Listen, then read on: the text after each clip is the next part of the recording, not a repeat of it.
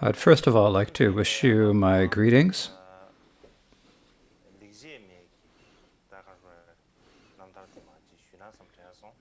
And so I thought I'd begin by speaking about the autobiographical versus the good deeds.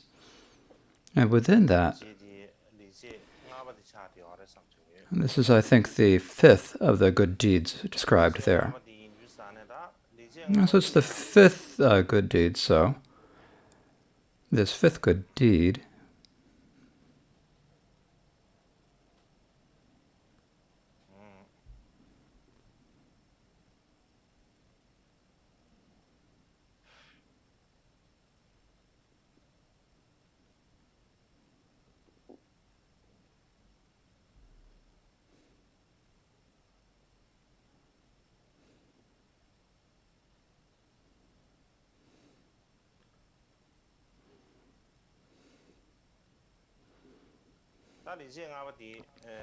the fifth good deed is, in terms of the outline, it is the fifth of the preliminaries, which are the preliminaries entering the Dharma. And so this is called giving up on this life because impermanence has taken root in his being. The text reads, I saw that everyone high and low must die, like a river rushing, naked and empty-handed. When I reflected, how could thoughts of the eight concerns have any chance to arise even in dreams? I think of this as one of my good deeds. Now there's also probably the same as the fifth stanza from the praise he searched thoroughly. So I thought I should share that stanza with you also. Now, in terms of the outline, this fifth stanza of the praise he thought searched thoroughly, in the annotated commentary by Shamakant Chitnak, this is said to be about transcendent generosity, loving kindness, and so forth, and transcendent diligence, non-attachment, and so forth. The text reads, his mind never free from love and pangs of compassion. His wish for emancipation was utterly pure. He always despaired of the suffering and its causes and pondered impermanence. To him I pray. And so that is the fifth good deed and the fifth stanza of the praise he searched thoroughly. So I have now read these to you. So Mikyu Dorje wrote in a text he wrote called Instructions on Training in Liberation Stories. So there is this text, and what this text says is,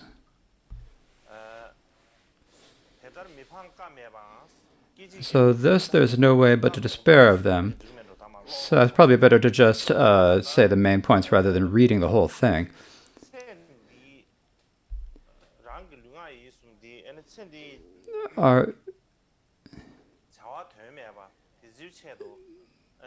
If for the sake of our body life, if we use our body, speech, and mind for the pointless activities of this lifetime, then that is a really great loss. And the reason for that is that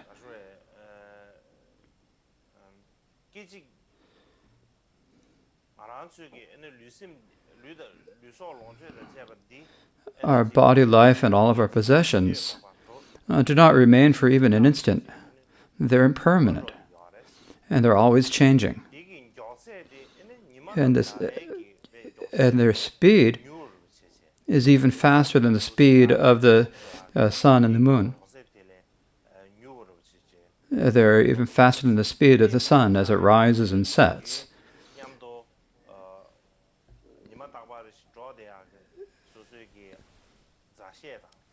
And so we have the friends we have known for a long time, who we always spend our long time. And there's all the wealth we have risked our lives to gather. There's our own places and lands, and basically,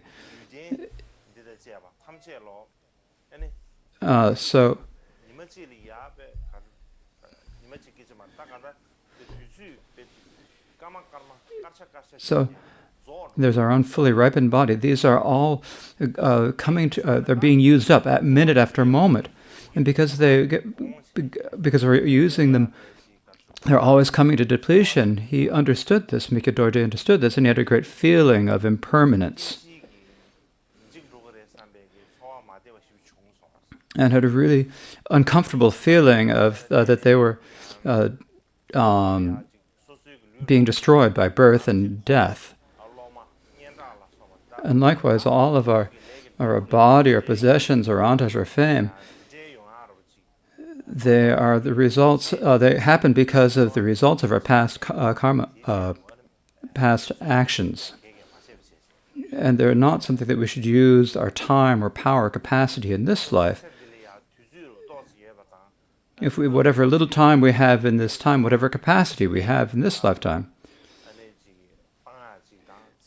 we need to spend it for the sake, use it for the sake of the next lifetimes, in order to not suffer in future lives and to be happy in future lives. That is what we should work towards. But we need to stop doing any other sort of action, any other actions. And so this is as said in this in these instructions on training of the liberation stories.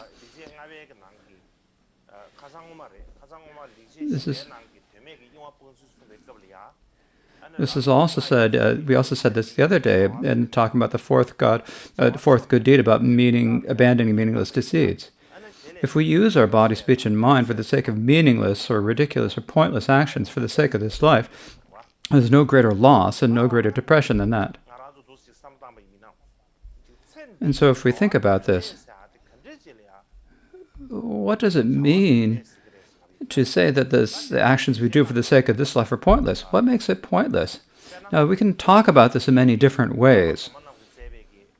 For example, when we read the texts written by the great masters of the past, what it says in those texts, all the actions we do whose aim is for this life are pointless and ridiculous. And the reason why they're saying this is, we need to, if we think about the reason why they say this, is the person who says that the actions of this that we do for this life's sake are pointless, meaningless, and ridiculous, are people who believe that there are future lives. And in comparison to future lives, this life is a really short time. It's like no longer than a yawn. So cats always young all the time, right? And so it's no longer than the duration of a cat's young, since it's no longer than that. So they understand this. And if we lose this opportunity to bring the benefit to bring benefit for their lives, then it's a great loss. But we don't think like this. When we say that all the actions of this life are meaningless, we think that the person who is saying this are the great are great lamas of the past. Now, but when we heard the talk of someone saying that the life of this life sake are meaningless, we think this is just the sake of talk of some freeloader who doesn't know how to do such work. Like someone who doesn't know how to do anything is just saying fatuous things. And that's the way it seems to us.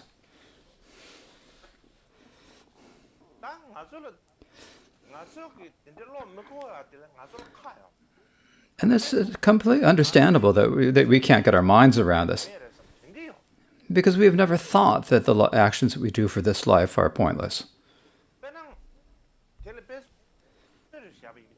To give an example, I'm going to say, oh, so doing that's pointless. That's really boring. We say with that, right? But what is pointless? What is boring? We need to do some study. We need to train our minds in order to understand what it means. Otherwise, we can't really know. For example, to give an example, if there's someone is supposed to come, like an Indian, it's like an Indian worker is supposed to come, like an electrician is supposed to come. And so they come, And so you're waiting for them. You're waiting for them. They're supposed to come at 9 o'clock, but they don't get. It's 9:30. And they don't get there. We get a little bit bored. And if we keep waiting, you wait until 10 o'clock, and you still hear nothing about them. There's no sign of them. Not only are you bored, you also get annoyed.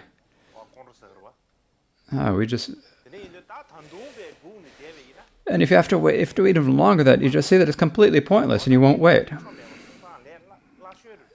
And so that's the easiest way of saying that something is pointless. That's the easiest way that many people can understand something's pointless. Another way of thinking about it is, like, imagine that this afternoon you have to go on a train, go by rail to Bodh Gaya. And you get to the train station. You wait 4 hours. And the train doesn't come. In the end, they make an announcement over the loudspeakers. The train will not be able to depart until 3 o'clock in the afternoon tomorrow. When they make that announcement, you'll just get completely bored and completely... And you're going to feel like it's really difficult and really tiring. So that's another way to get bored.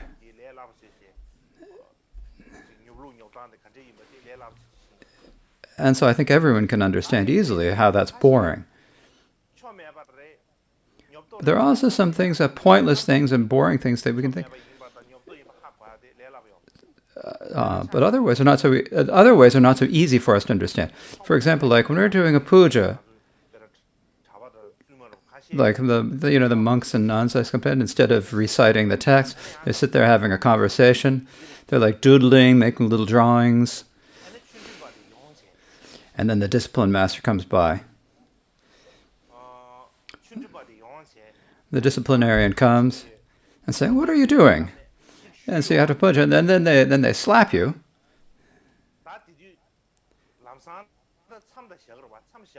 Then immediately you're going to stop, but in your mind, you won't immediately think that it was pointless. They say that, but in our minds, you think that that's not. Why can't we play games, or why can't we enjoy ourselves? Or like when we're supposed to be studying, we're always sitting there looking at our phone, and then the teammate comes and says, "Why are you doing something so pointless? Why are you wasting time?" And then they take your phone away from you. Then you're going to get a bit angry, right? Why are they saying this is so pointless? What's pointless? It's enjoyable, isn't it? I think it's really great, really interesting. You don't think that it's pointless or it's boring. So if we compare that to how it is for the previous, if the lamas of the past were to look at what we do, they'd look at everything we do and just say it's pointless and ridiculous. And the reason that it's pointless is that for generally regular people, if there's someone who just spent the whole day lazing about, lying down and sleeping, we'd say that he's like doing something pointless.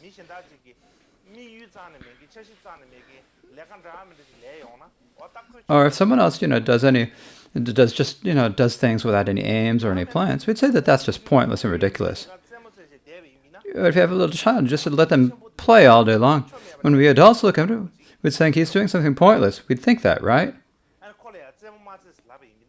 And if we say, don't play, and then that little kid is going to say, they can't understand. They're going to think, why can't I play? It's fun, isn't it? So for that reason,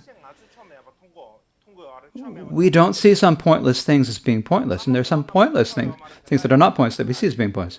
When we say that what the gurus of the past say is pointless are things that we do not see as being pointless.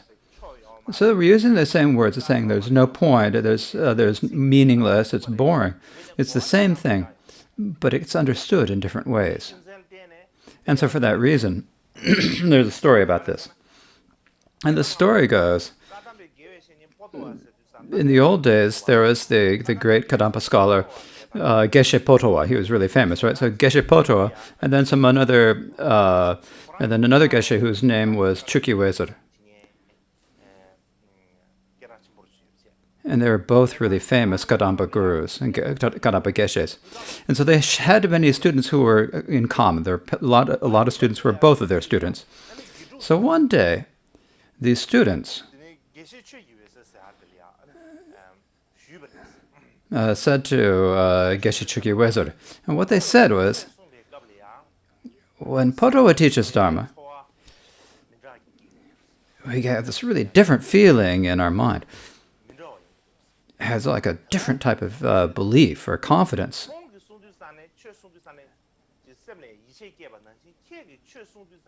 But when you teach Dharma, we don't develop as much certainty as we do when Potowa teaches.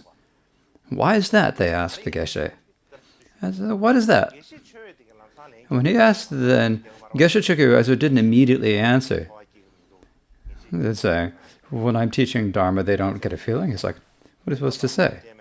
And so he probably looked at them with a kind of a dark look on his face and probably looked at them, right? But what he's thinking is, Geshe Chukyi, what he's thinking to himself at that time, what he was thinking is, so that can't be. Because I know the Dharma well. I know it better than Potowa does.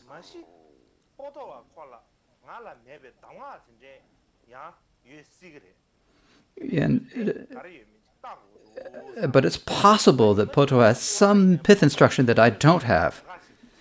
And so maybe I better go. And so one day he went to listen to Potowa. So he thought, I better go listen to see what he's teaching that I'm not.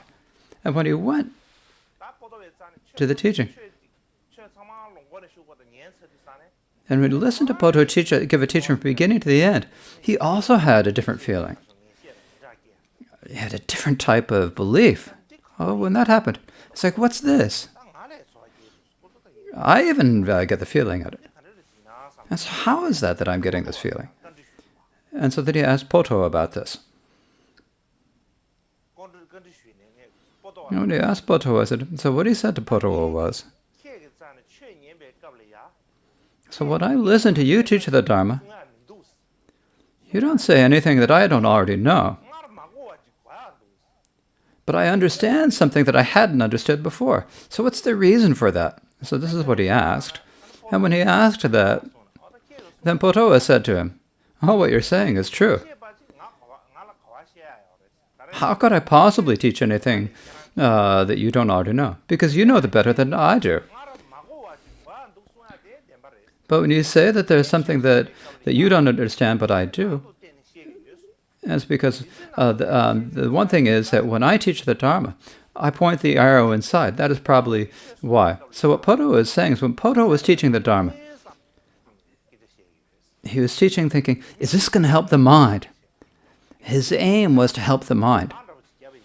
For example, if we're given an arrow, so instead of shooting the arrow outside, if he's saying, I point it outside, instead he's pointing it inside. And so he's teaching, he speaks with the intention of bringing benefit to the students' minds. And so I think that's the reason why he's saying that is probably the reason why they have a different understanding. So that's what it's like that. So it's as I said before. And he says, there's no point, it's boring, there's no understanding. These all the words are the same, but they can understand them differently. We think that there's no point. And the great gurus, and what the gurus think are pointless, these are different. What the gurus of the past, if they think about it, everything we do, for them, everything we do is pointless. And the reason for that is all the things we do in this lifetime, is we do them with the aim of this lifetime. And for that reason, everything we do is pointless from their perspective. But for us, if we think about it from our perspective, when we say that everything we do for this lifetime are pointless or are meaningless, then we don't believe it. There are pointless things, but we can't say that everything is pointless. And so for that reason, there's a difference there. So generally, many people,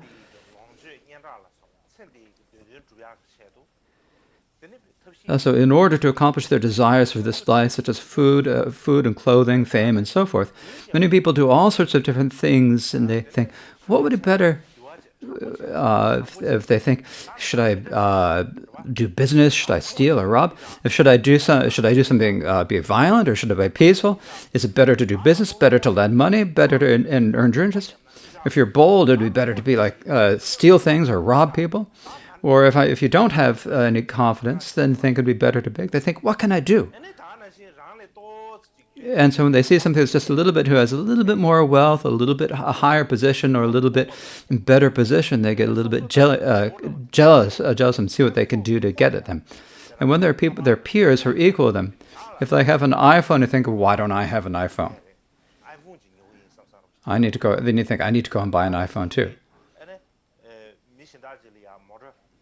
And if someone else has like have a really nice motorcycle, and think, I need to get one that's even louder and even more impressive than that. And someone else buys a truck, then I'm going to see if I can buy a car that's like a BMW or something. And so we have that competitiveness. And when there are people who are weaker than us, we scorn them and criticize them. We look down upon them. And so brief, basically people work themselves to the point of death for the sake of this life, only doing things for the sake of this life, and this brief life runs out. And lies for when their own group has happiness, or when our own group has happiness, pleasure, and eternity, and we feel happy. And when our adversaries have pain or unhappiness or loss, where we think, oh, that's great, oh, it's the Dharma protectors. When things go well for them, they say, what happened to my Dharma protectors? Where did they go? And so then we recite Mahakala Puja as much as we can. We do the torment act. We do the various rituals to repress things and so forth. And so that's how we act. And then when there are people who we don't have any connection of as being friend or foe, whether suffer, whether die, whether they're happy, or whether things good happen to them, we think, they're not related to me. I don't have a connection to them. We don't even have any misgivings that possibly we should do something to benefit them. And so basically that's the way all of us people act. But for Mikyo Dorje, his character was like, his nature was different than ordinary people's. Ordinary people really work hard for the sake of this lifetime. They work hard to bring profit and victory to their own side and loss upon their enemies. But he had absolutely no interest or enthusiasm about that. And he'd say to others people that acting like this is pointless and meaningless. So saying that there is no essence. And so when he was telling people that it was meaningless or pointless to act like this, it wasn't that he was just using everything from his throat on up to say it. He was saying it from the very depths of his heart. And when he would speak like that, then other people who had connections to Mikyo Dorje, or other people, when he saw that they had, when he'd see that they experienced loss or suffering or problems or difficulties, then whether he saw it himself or whether he heard about it, then he had this great feeling for it, as if it had happened to himself, and he felt really worried about it greatly. And when he's heard that people, that things are going well for people, that they're happy, that there's no harm, that they're safe, and you hear about this, he'd be really delighted about this. And likewise, when you'd hear talk about how in a monastery there are gurus or masters who are not getting along, who got into a conflict and so forth, you'd feel so worried about that, as if he had had a huge loss in business or lost some big lawsuit. And he'd worry about it as much as that. And if I heard that there's no conflict in that monastery, and they give teachings very well, and their dharma of listening and practice is really increasing, he'd be like, just delighted to hear about this. This is wonderful. I'd rejoice in that. And he'd also tell a lot of people, other people about it. So in brief, Mikyo Dorje was someone who had really liked people who had good intentions, who practiced. But instead, but he didn't like people who were said to be good at doing things to make themselves great in this lifetime, to have good things happen, to try to make good things happen to them in this lifetime. And sometimes there would be people who would go and say, "Oh, today is a day off. We can go off and enjoy ourselves. We can go sing songs and dance, or do archery, or archery, or throw rocks." So these days we'd say, "Go play football, play soccer." Of course, they didn't do that at that time, but he didn't like it when people played any games, or like playing football or anything. So what he liked, if he had any time, if someone has any time, if they recite the supplications or songs of the great Buddhas, or if they're reading the lives of the great beings of the past, that's what he really enjoyed. And sometimes so these days we sometimes read stories or watch movies about great masters. And so Mikyo Dorje, instead of that, would read songs and supplications and life stories. So that was Mikyo Dorje's nature.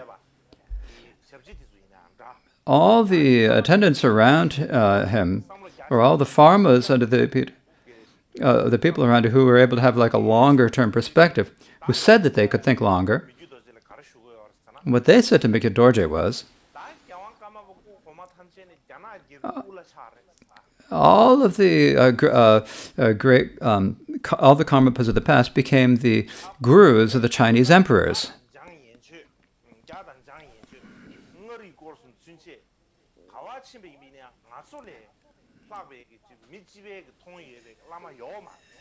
And now these days, wherever you go in India, Zhang, or Tibet, there's no one who is like a better respected Lama than us.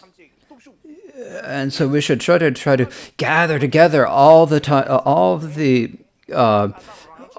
the people in all the areas of Tibet together, and see if we can build monasteries where there are none, build strongholds where there are none, and then gather lots of people and make things go. And if we don't do this now, then in the future nothing will ever go well. And so there are many people who said this and expressed this wish to Mikyo Dorje. And then there are also a lot of people who just complain to him and say, "Oh God, come on, just do a little bit, do something. Otherwise, you just need a little bit, you know." So a lot of people came to him and complained like that. And also what some people thought is that, and so they say, "Oh, you've given up the world," is what they say. But if we don't have a little bit of worldly power, then other people aren't going to look up to us or respect us. When you pretend to be some dharma and take no interest at all in worldly activities, then no one else is going to respect us. They're not going to look up to us. And so if you don't do a little bit of both worldly and dharmic activities, then what's going to point at the point of that? And so they really said this to him really insistently. And when he'd say this, Mikyo Dorje would say, oh no, alas, alack. How could there be a worse way of thinking than that?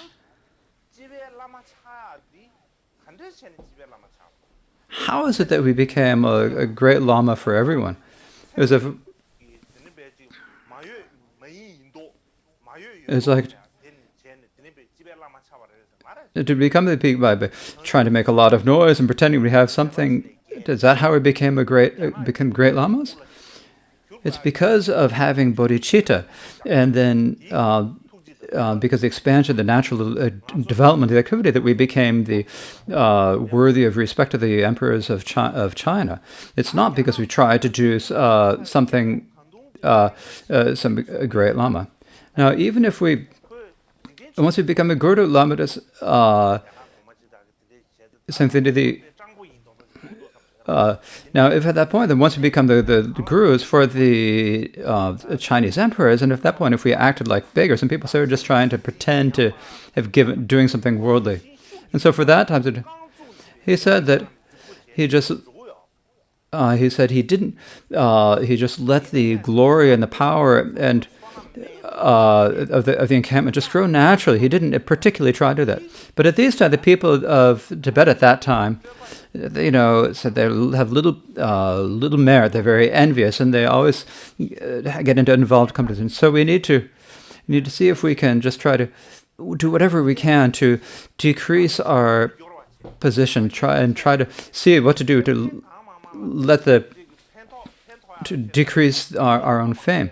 Instead, if he didn't build monasteries, he didn't try to do things. And if we go to some isolated place where there's no one, then it's going to be more benefit to anyone else. And so the Karma Gachin, the great encampment of the encampment, did not stay at just a single place.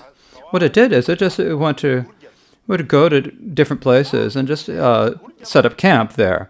And because when you go to a place and because they still go to different places, they have to always move for one place, and they have to move to other places. And the reason why I was moving to other places is because then you get really influential in those areas. And then other people in that areas become very influential. People look up to you, and then everyone in that person. And if they get too faithful and have too much of an influence on them, or the other people, and what happens is that then it's not good because then you start getting biased. And so that's why the encampment would travel from place to place. And so if you go to many different places, then you bring more benefit to the teachings and bring more benefit to sentient beings. And even if I'm not able to, even if I can't practice Dharma, I am not going to try to deceive people and fool them in order to gain worldly fame and goods. So I'm not going to pretend to be what I'm not, he said. So Mikha Dorje, his actual intention was that it's to give up all the monks in the encampment, leave them all behind, and go to some isolated place and say. And go to some isolated place all on his own. He even said he was going to do this several times, but when he was about to go off, he did this several times. But everyone said, "You can't do this; it'll be harm to everything." If Milarepa had gone off like Milarepa and gone off someplace like Milarepa and stayed where there's an isolated place where there's no one, he had absolutely no desire. That's what he really wanted to do. He had no desire to stay in the encampment at the. In the encampment. So also in Kongpo, there is a monastery called the Tselhagang Monastery. There is something important place called the Karmapa's Black Treasury. And this is something I'll speak about in a few days. But what I say later is that from the time of Karmapa Dusum Khenpa, all of the articles the Karmapas from Dusum Khenpa used on, and all of the offerings from the Mongol emperors and other emperors were all stored here. And so when he'd go to Mikha Dorje, they'd open the Black Treasury in Kongpo. And so there are all these statues of represented the body, speech, and robes and articles. And when Mikha Dorje would see this, and when he saw them, what Mikha Dorje would say is, so if all we need is wealth and possessions, then we've got wealth and possessions. It's like those really beautiful robes, like silk robes. And it's like really thick, beautiful robes, such as no one had ever sees at our days. And what Mikha Dorje said about those is,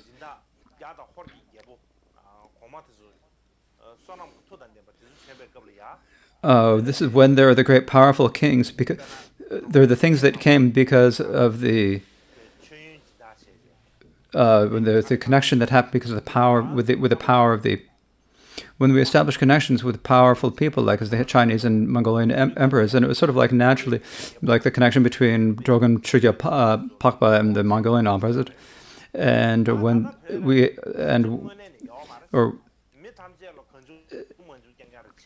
then these things naturally came. But Tibet is a place where there's not an actual country, and so people do everything. It's like everyone is possessed by ghosts, and they're only doing unvirtuous actions, unmeritorious actions, and so for these people these days, we don't need to. We don't really need to wear finished robes. And he didn't allow them to use any of the articles that they'd used to be impressive and put on big impressive displays in the time of the previous previous Karmapas. And he didn't use anything but one namjar, or outer monastic robe of Mongolian silk, and one staff made of cane. But he didn't use anything else out of the Black Treasury. So that was one thing. Then also when Minka Dorje went to Kongpo, what happened when he went to Kongpo? So Kongpo was the region of Kongpo was probably all basically an area where people had at the time of it was basically a place where it's dominated by the Karma Kagyu. And at that time, to the time of the seventh Karmapa, Choda Gyatso, he instated what they called the strict dharmic discipline, strict dharmic rules. And so when Minka Dorje came, then everyone said he should do as the predecessor had done and make this strict dharmic discipline. And so Minka said that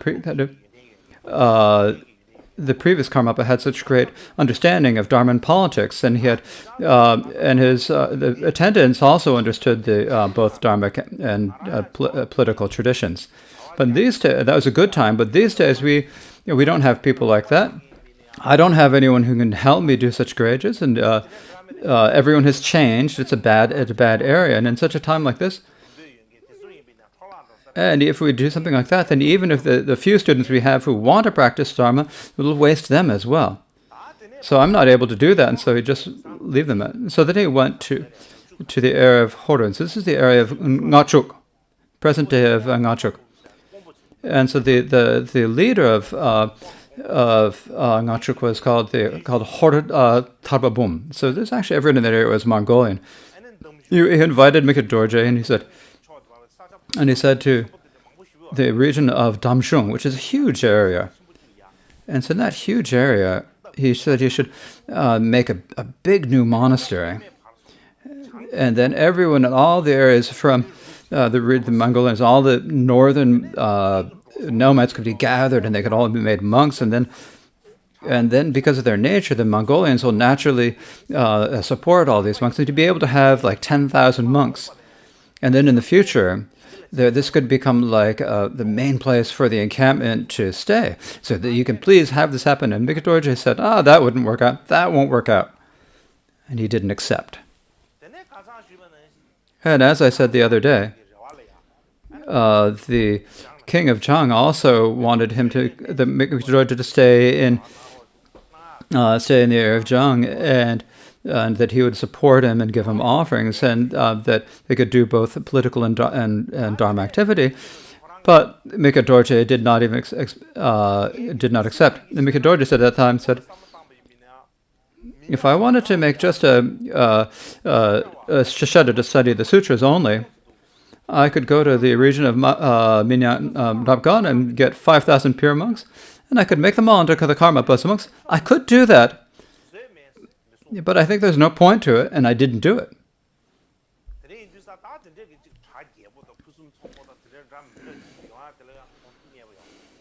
And so he didn't like it when everything was really excellent and wonderful and like that. In particular, during the time of the seventh Karmapa, Choda Gyatso, the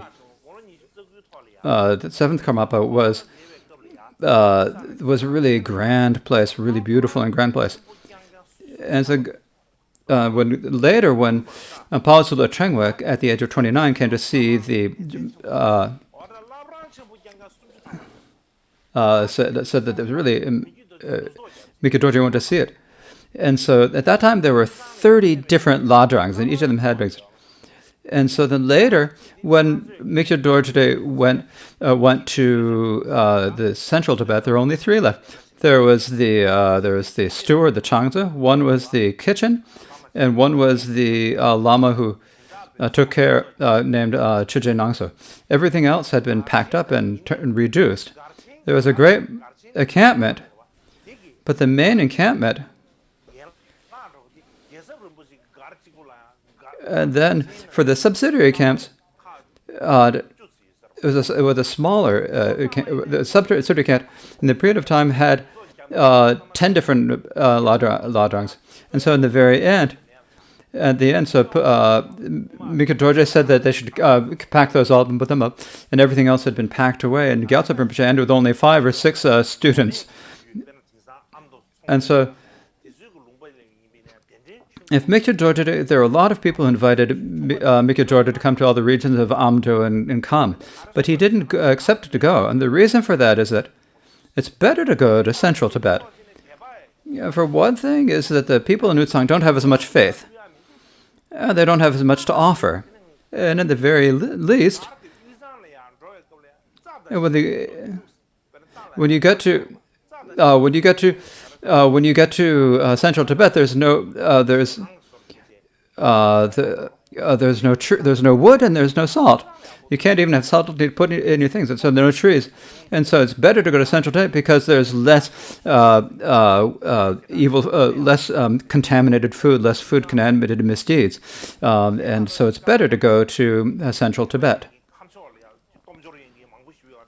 There are a lot of powerful and wealthy people from Kham who support him, and people would think it'd be better to stay there. But the Karmapa himself, and in the Karmapa's own region, his own little kingdom, and so this is a place where the Karmapa could stay. He could stay there, but he didn't. He went to central Tibet, and he said, this is good. People don't have a lot of faith. They don't have a lot of resources, so it's good, he said. And so that's where he stayed. Yeah, when he stayed there, is this some of the attendants couldn't put up with that. They say we aren't even getting good food. So when they said to Mikyo Dorje, they wouldn't stay. And they went off to the region of Kham. And Mikyo Dorje said, that's okay. And he'd give them as many things as they want and send them off. So Mikyo Dorje himself, while he was alive, there were a lot of people who made offerings, but he didn't really keep them. He didn't hoard anything, and he just gave it to them. And so for that reason, he didn't have much to. There wasn't too much to eat or drink in the encampment. And so people were always complaining.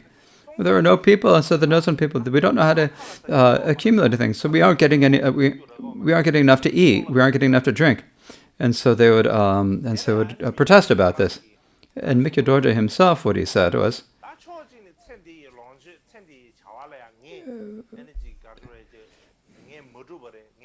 so for example, when you say that I haven't tried hard for the enjoyments of life and gathered anything and I'm not accomplished anything, that's true. But from another perspective, it's not true.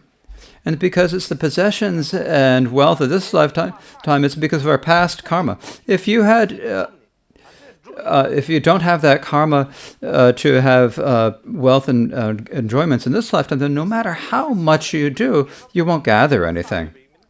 If you want to, and if you focus on on the next lifetime and do virtue, then you'll have plenty in this lifetime as well.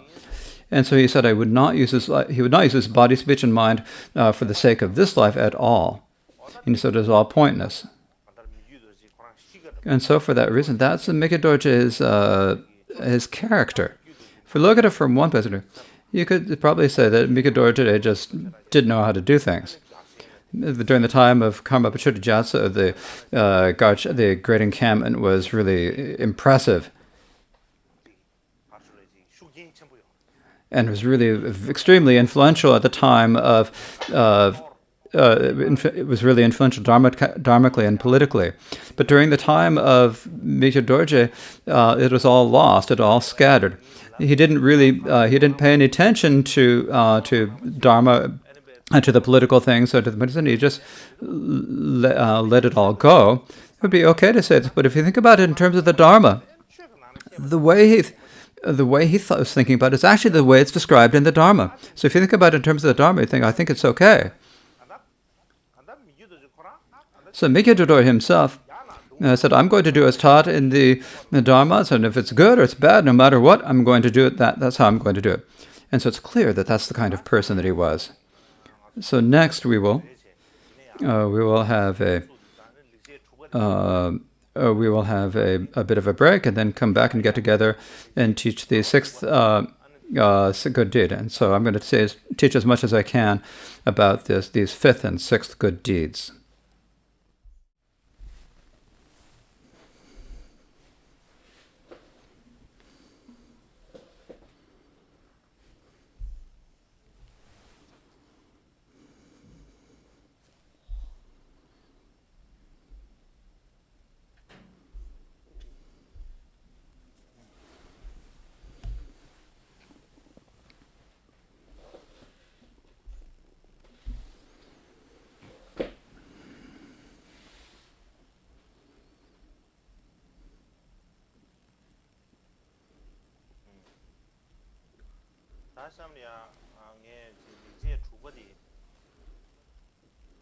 So next, I will speak about the sixth good deed from the autobiographical verses of good deeds. But before I say that, today,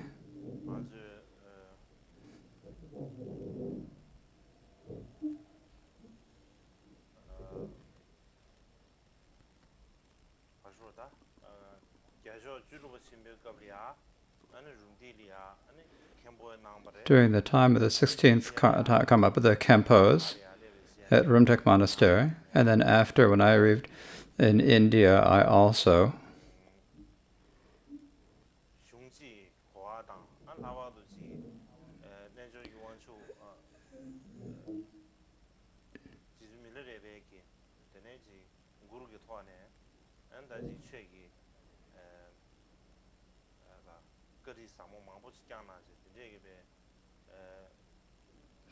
there was a Lama from whom I received many kindness, from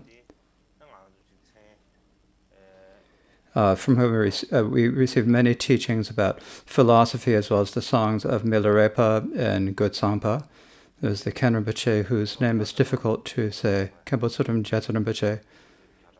So now he's in his 80s now. I can't remember I don't remember exactly how long, but it is his birthday. And so I'd like to take this opportunity of his birthday and to wish that the great Lord of Refuge has a long, unchanging, stable life, and that all of his intentions and wishes are spontaneously fulfilled, and that all of us students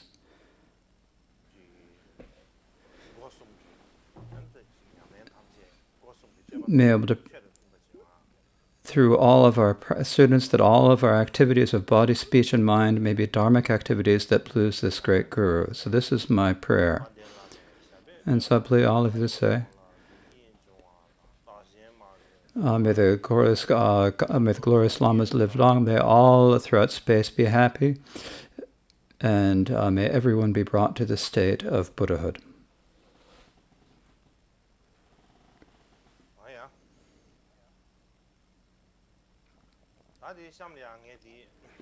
So now, I don't have too much to say, just a little bit. So I'd like to speak about the sixth of the good deeds from the autobiographical verses good deeds. In terms of the topic, among the last the preliminaries for entering the state of Dharma, the Dharma, it is the sixth and the last, going for refuge to the undeceiving, 3 jewels. And these, the root text reads,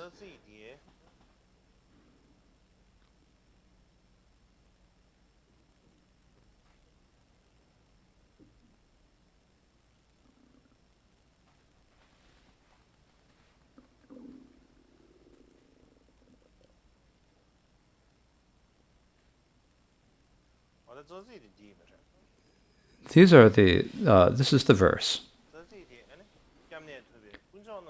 And it reads, beside the true protector, the three jewels, no other refuge gave me confidence. The jewels know all joys and woes. I had not a whit of any dependence or hope in anyone else. I think of this as one of my good deeds.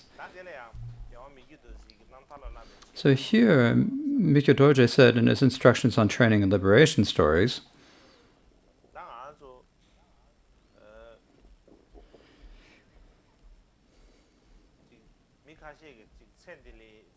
some people might think that if we don't do something for the sake of this lifetime, we'll be deprived of food and clothes, and we'll be weak and not know how to do anything.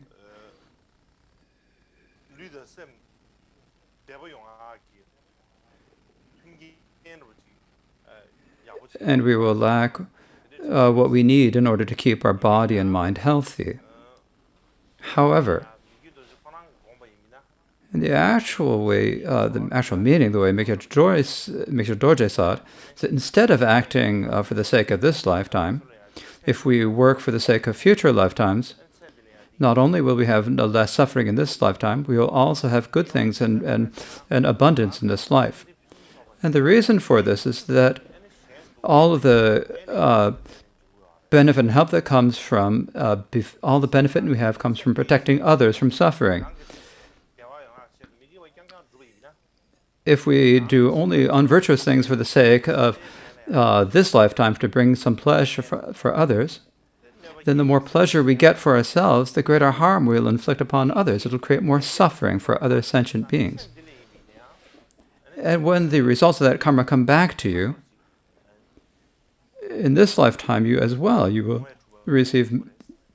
experience great suffering visibly. But sometimes we don't know this. We don't see this. We are so hidden by the darkness of instruments. We're too contaminated by ignorance that we don't understand that cycle. But the three jewels explain those to us.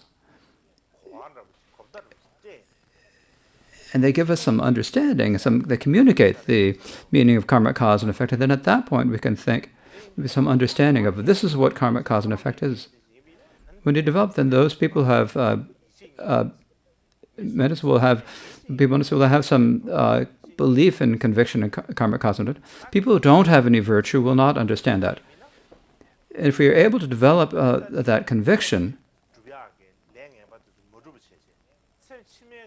then we won't do the things to bring faith and wealth in this lifetime. Instead, we'll naturally strive to bring to gain happiness and so forth in future lifetimes. If we do that, not only in future lifetimes, we'll also have abundance and good things in this lifetime automatically. The basis or the source of all the happiness in this lifetime and so forth, it is the kindness of the three jewels. And so that's how we can understand that. And when we understand that,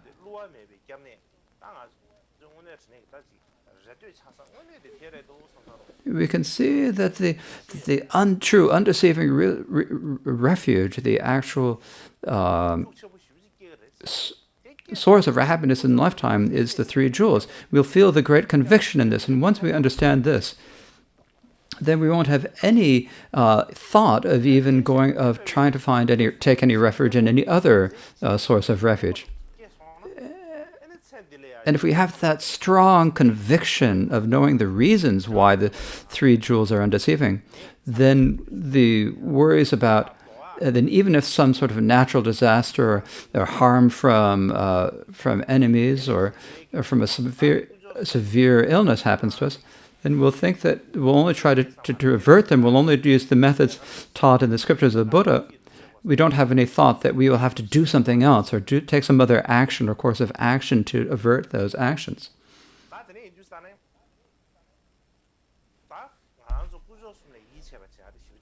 We will think that we won't think that there's any other way to protect ourselves. And so it's really important that we really believe in the three jewels. If we do that, then we can become true that the three jewels are correct, and then we'll at least we'll become we'll go forth as monastics, and at the very least not inflict harm of sentient beings. Even if we can't help them, we at least will not inflict harm on them.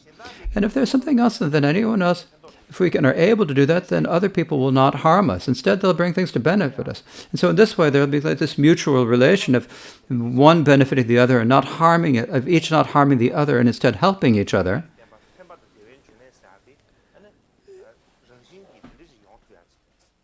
And so then when we talk about the three jewels as being the source of all benefit and happiness, it'll happen just like that naturally. If instead of doing that, we say that we're monastics, and we wear thousands of Dharma robes, but we don't give up that thought of malicious thoughts of harming other sentient beings.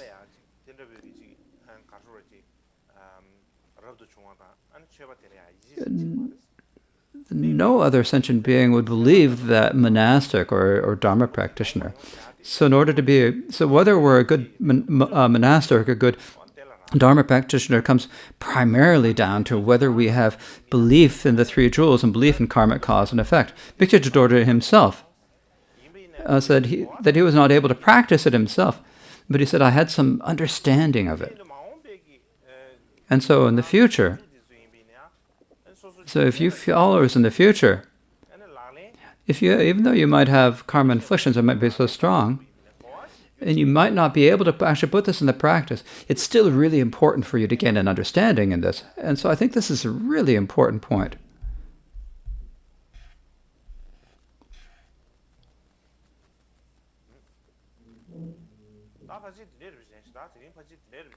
And so that's basically it. So I think maybe it's better to leave it there today. And tomorrow is probably a day off. The day off is probably a day off. And so that's right. So we have 2 days off, and then we will continue.